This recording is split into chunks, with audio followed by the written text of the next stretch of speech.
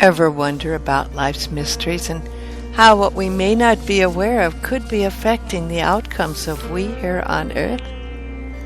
With permission from Dr. Paul Leon Masters, founder of the University of Sedona, I'd like to share with you one of his mystical insights. Dr. Masters' mystical insights are based on over 50 years of consciousness research with thousands of his students. Today's subject's based on his conclusions after half a century of research, and the subject is on living in and by mystical grace. Every day that we awaken from sleep, it is by grace. To take a breath and to be alive is not by an act of personal ego will, but because of grace. Some people may argue that their personal ego's wills cause them to survive some difficult times in their lives, but it was not. That was only the illusion. In truth, we survived by grace. It was not yet our cosmic time to surrender our physical existence in the ultimate cosmic scheme of things, where nothing is by chance or coincidence, and where all is perfectly orchestrated in a harmonious cosmic melody. So often the phrase, "by the grace of God," is used by people. But what is its meaning? Its obvious meaning is that something has happened or will happen because universal presence or God allowed it to happen or will allow it to happen. Grace could then be thought of as the will of God, not the personal ego's will, having supreme or ultimate power over all things in human existence and even life itself. When atheists worship evolution as the chance coincidence explaining the origin and sustaining of life, that viewpoint is also, when mystically understood, an outcome of universal grace. There is a divine orchestration to life. Whether life showed up as a result of evolution from beings from outer space or another dimensional space, it matters not, because existence, no matter how it exists, is so by grace. To be conscious or to have consciousness is by grace. It is not by chance or coincidence. More again, it is by grace. Apart from being engrossed in mystical philosophy and psychology as to the nature and origin of one's life, the knowledge and knowing of the grace of the universe, universal presence or God, is of utmost importance in living one's life. It can be the ultimate difference maker in how one's life is lived.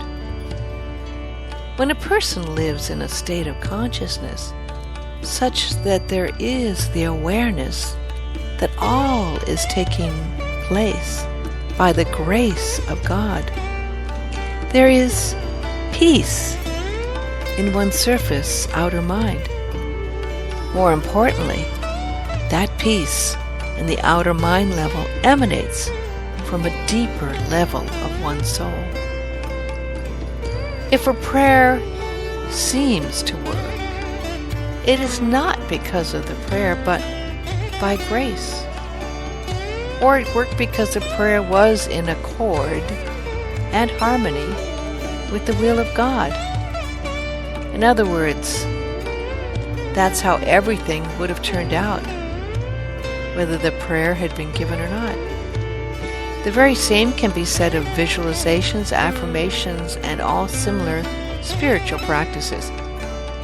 What an insult to one's false personal ego identity.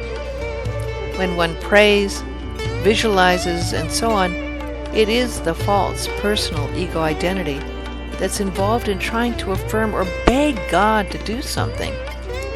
The personal ego thinks that it is doing something.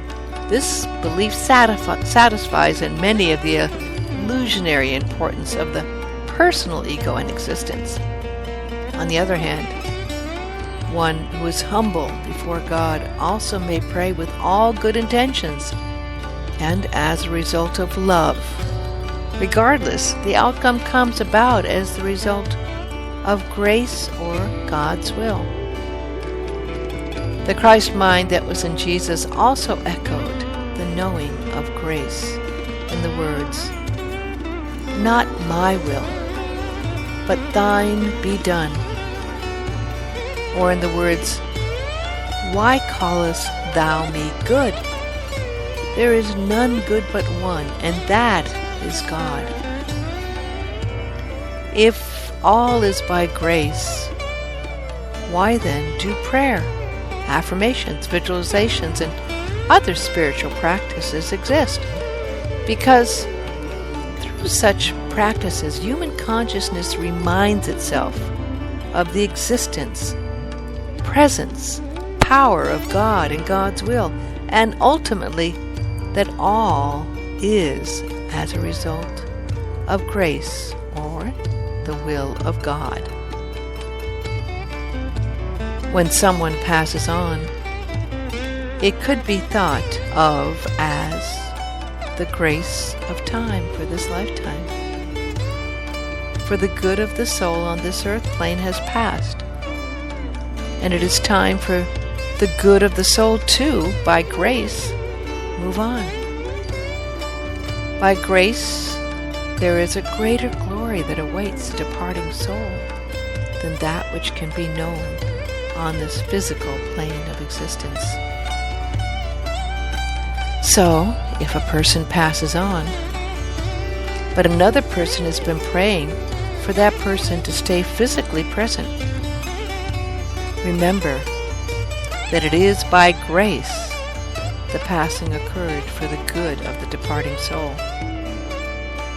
Know that it was by grace that one experienced some life within that soul, and that all that was felt in the heart emanated from the spiritual heart of love of God, and that the departing person has been a gift from God or by grace. Want to know more about life and what it's really about? Then always try to focus in on the bigger picture, the universal life process, or simply the will of God. Prayer, visualization, affirmations are good because they are reminders of God's presence and power to create life and be the source of our every breath. For again, all is by grace. What to do? If, in spite of what has been said, a person is still moved to pray, visualize, and affirm, do so, for every soul must follow or yield to his or her spiritual understanding or awareness. And along with a reminder of grace, as previously mentioned, the following could occur. When the tears are no more, or the need satisfied, there is a peace that comes.